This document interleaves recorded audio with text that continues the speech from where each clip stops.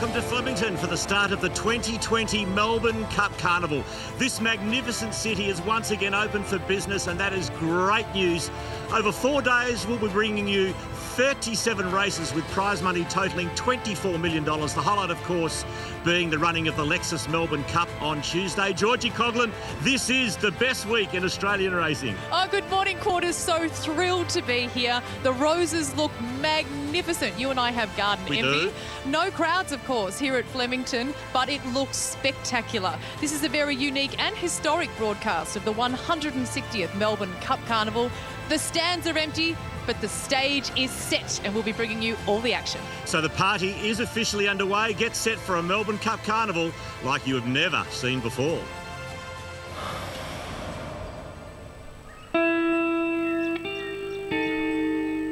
Racing has a way of soothing Aussies in troubled times, like during the Great War and the Depression. Looks to be all over. No, Peter Pan has caught him. Get wet. And the war to end all wars. Servicemen and women home on leave are there in thousands. Racing just didn't stop. Here's a wee bet. Russia wins by 5 lengths from on target and carry. Just like this year with coronavirus. Racing is the only sport in the world that kept going. Ocean X hasn't won. Ocean X has won the Ramsden and head to the first Tuesday in November. Never missed a beat.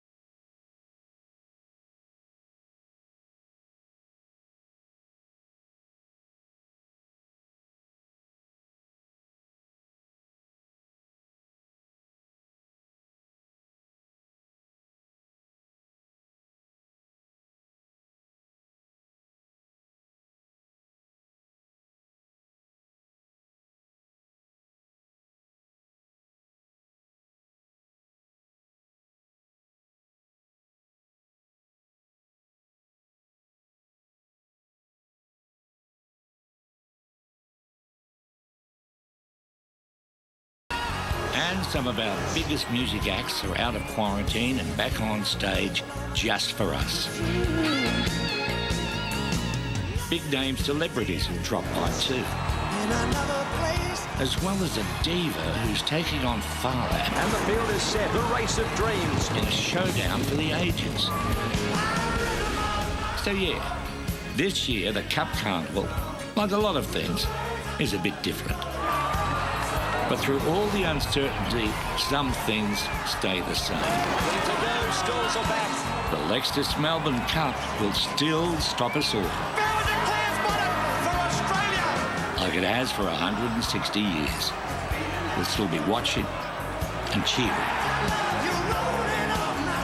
Today, one of Australia's best days of racing.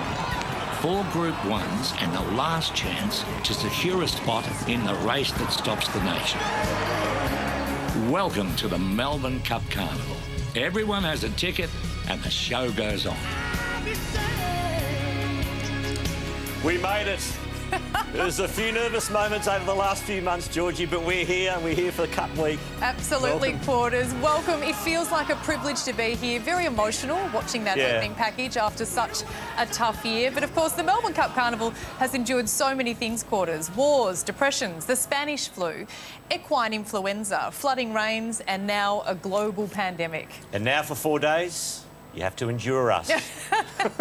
And what a massive day it is today. We're kicking off outstanding day of racing, Quarters. We have 4 Group 1s, all eyes on the Amy Victoria Derby. 2,500 metres, a tough race for the 3-year-olds. And of course the Lexus Hotham Stakes, a chance to get in the Melbourne Cup, Quarters, with 10 of the 11 of the runners accepting in the running for a spot in the Cup. Yeah, so high stakes in the Hotham Stakes today, that is for sure. The races are the most important thing, but we've got plenty coming your way. We've got lots of fashion, we've got lots of entertainment, and starting things off is James Rain. That's your era, that'd be fair to say. Right winner in my, quarters? bang in my era. Bang in your era, which is going to be amazing. Illy's going to be taking to the stage. This is your genre? Absolutely award-winning ARIA-winning artist. And we've got Melbourne fashions, not on the field, on your front lawn quarters. So super exciting. We're going to be meeting some of the Maya fashion finalists from around the country. My mate, Tommy Little, is going to be dropping by from the project. He's always a bit loose. That's going to be super fun. And he's very loose today, the way I've seen him already. Mark Philippoussis, the Scud, he'll join us, as will Tommy Gleisner from Have You Been Paying Attention? So look forward to chatting to him in the afternoon. And the very important Lexus Melbourne Cup barrier draw, Georgie, done about 5:30, and it's going to be done very differently this year. Absolutely. So owners, trainers, jockeys, all eyes will be on us at 5:30 when they find out that crucial barrier draw for the big cup. But everyone has a ticket to the cup this year, quarters. Once again, we have our incredible 24 Sweep Town competition. We'll be going all across the country where some fabulous towns are vying for 50 grand quarters to give to a charity that need the money the most. We're going to be crossing to Moree, the Gold Coast. There's Letzi. Look at Letzi in Adelaide. We're going to be chatting to Letzi. But first of all, we're going to head to Annie Kearney. Annie, you're out and about in Melbourne.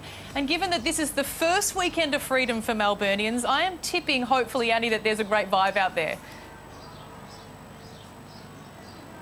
There is already, Georgie. There's lots of people out and about. And as a Melburnian, that is a massive shock to see. Haven't seen this many people in about 6 months. And even putting on high heels this morning and a bit of lippy, I was very confused. It definitely feels like something is happening in Melbourne.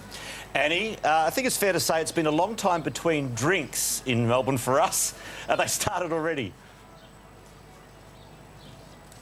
It definitely has, quarters out and about. You can see more people. Pubs are at capacity this weekend. We know they can't have as many people as normal, so they won't be heaving, but they are booked out. People got in months ago and they are ready for race one and drink one.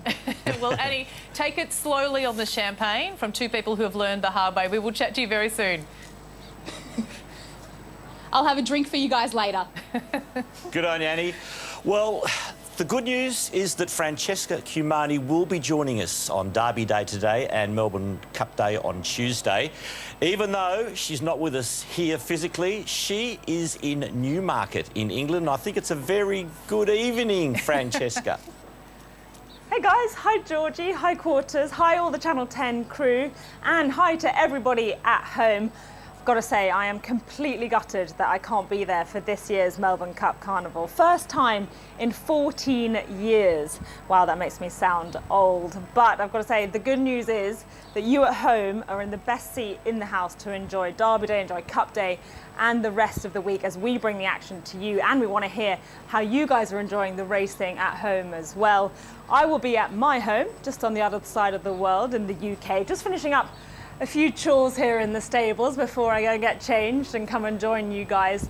But we'll be building throughout the day all those big 4 Group 1 races and of course towards the Lexus Melbourne Cup on Tuesday. Don't miss the barrier draw at the end of today's action as well. Let's get going. So great to see you, Francesca. What a beautiful image of The Francesca cleanest there. stables I've ever seen. I mean, I know I look exactly like that when I muck out my horse's stables, quarters. It's such a glamour. Well, it's all about finding a winner during these 4 days of the Melbourne Cup Carnival. And the man that's got that job and also trying to control absolute rabble around you. Good morning, Mickey Felgate.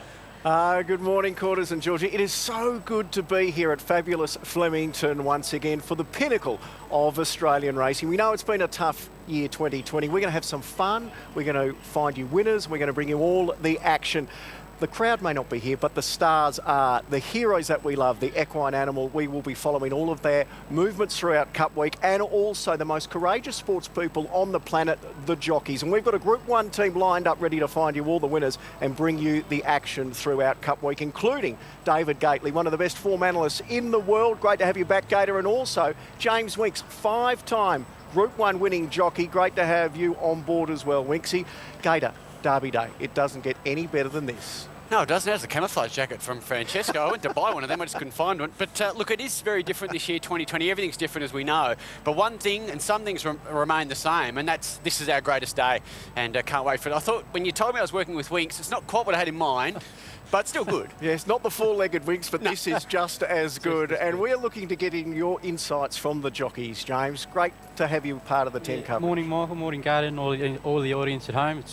It's been a tough year for everyone, but it's great to be in, and I'm really, really looking forward to it. How nervous would the jockeys be right now? Oh, nervous. It's just natural. It's a natural feeling to be nervous, but I think more excited and really looking forward to just wanting to get out on the track and do what they do best. Well, you know how to perform on this biggest stage, because if we go back to 2010, this is you on Star Witness in front in the blue colours, winning the Coolmore Stud Stakes. What was this moment like for you? Yeah, one of the good days, Michael. To know that I was going to win a Coolmore Stakes so far out on a promising colt was a massive thrill. It was a great effort by Danny O'Brien and his team to get the colt there. And yeah, it's probably the main race that's on the program now. I know it's Derby Day, but the Coolmore's starting to take over. Well, the best jockeys in Australia are here. The Sydney superstars are down in Melbourne. Karen McAvoy, Hugh Bowman, Glenn Boss, but they've all got to beat Damien Oliver, who has made this day his own. He is looking for his 7th Victoria Derby today. What makes him so good? Oh, he's just a freak.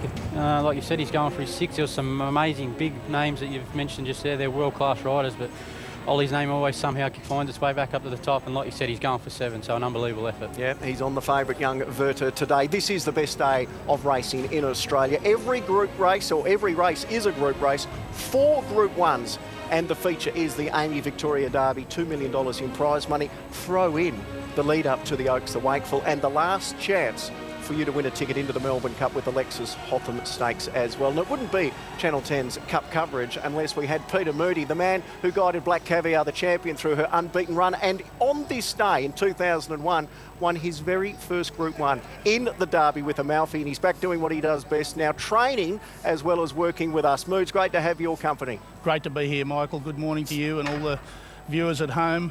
The first day of the biggest week in Australian sport and Australia's oldest classic race this afternoon. Can't wait to get into it. Enjoy the show, people. It's going to be one ride that we'll all enjoy for the rest of the week. All right, let's have a look at some of the horses to follow. And Gator, you've pulled one out of the Coolmore Stud Stakes, and this is where we see the speedsters today. Yeah, that's right. I didn't know where to start on Derby Day. Where do you start? But I think this race, as Winksy touched on, has become the banner race, and I say that with great respect to the Derby. This horse, Wild Ruler, profiles the right way. I think he's come back in great form, and I think he will give us a great side at a nice price in the Coolmore. All right, we'll be following Wild Ruler. Winksy, you've pulled out a horse called Nonconformist, who at one stage was heading towards a Caulfield Cup. Yeah, look, and I just touched on, so they've obviously got him up in high regards. I just think he's lightly raced. He's on the way up. He's got a good draw. His jockey's getting down to as light as he got to for a year in Geordie Charles, so that's always a good point. And I think he's, like I said, I think he's on the up, and I'm really looking forward to him race. I'm going to put the pressure on our man, Peter Moody, because I think Glenn Fiddick in the Coolmore is one of the most interesting runners of the day. He was headed towards a Caulfield Guineas. Cox Plate had a minor setback. He's here today, Moods. You've freshened him up for the 1200, and you've also got a horse trying to get into the Melbourne Cup, Platinum Invader. Yeah, well, Platinum Invader, his fate's in the lap of the gods. He needs to win this afternoon to make the Cup field, so we're hoping there. He needs to improve, but let's hope he does. Glenn Fiddick, he goes to the Coolmore in great order. He had that minor procedure. He hasn't had a genuine sort of faultless preparation, but we're heading to the races in very good order. I think he'll give us a great sight this afternoon in the Coolmore Stud Stakes. Yeah, it's a big day for Peter Moody. He's got runners in 2 Group 1s, and he also part owns Mr. Quickie, who goes around in the Kennedy Cantala today as well. It's a huge week for the voice of Victorian racing, Matthew Hill. It is great to say good morning to Matty on the eve of what is a huge day and couple of days for you. How are you feeling, Matty? Hi, Michael. It's lovely to be here looking over this magnificent race course. And, well, as you've touched on, what a day we have today. There's so many different angles. And for me, the most fascinating runner of the day is young Verter in the Victoria Derby. To try and win a Derby at his 3rd race start. It hasn't been done since the 1800s. 1883 was the last lightly raced horse to win the Derby. So for young Verter to not race for a month and try and win today, he might be something right out of the box. Yep, and if one man can do it, it's Danny O'Brien, who trained last year's Melbourne Cup winner Vow and Declare, who puts the polish on young Verter today. We've got people everywhere, and it is great to have Katie Price and also Brittany Taylor as part of the coverage again this year.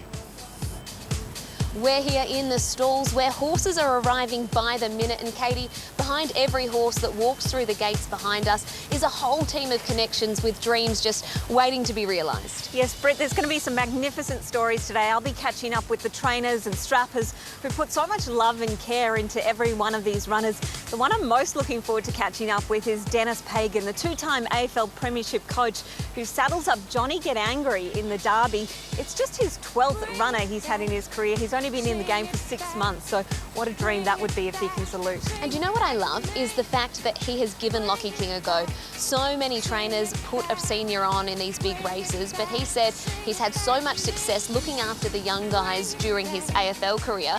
Why not do the same here? It would be a dream come true for Lockie. Can't wait for a